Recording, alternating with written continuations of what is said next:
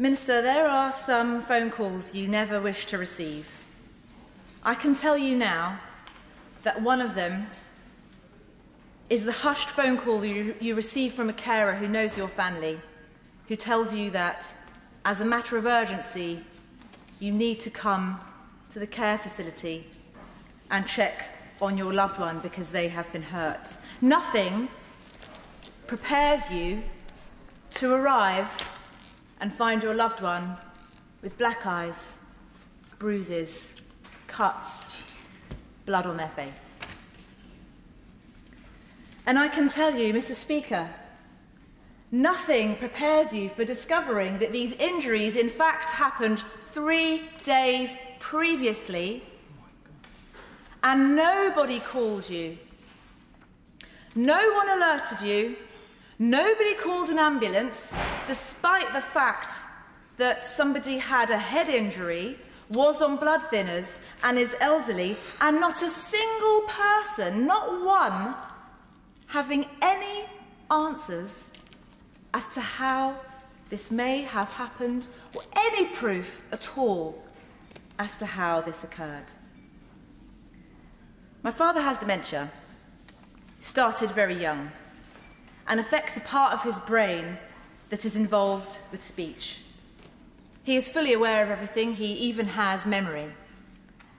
But his days as a university lecturer would be hard to imagine now were you to meet him, as not only does he not speak, he can only sing in his mother tongue which I've never heard him even speak in my lifetime. This makes him extremely vulnerable, as he is unable to communicate with those that don't know him. As his children, however, my brother and I can understand his body language and his emotions. We know when he's happy, we know when he's sad, and unfortunately, we now know what his demeanour is when he's deeply, deeply frightened. He was found extremely distressed by a carer, covered in bloody injuries which would have caused a great deal of blood loss wherever it had taken place. To our horror, we were told that he had not left the building overnight. There was no evidence of him having fallen, and no other resident had any evidence of injury.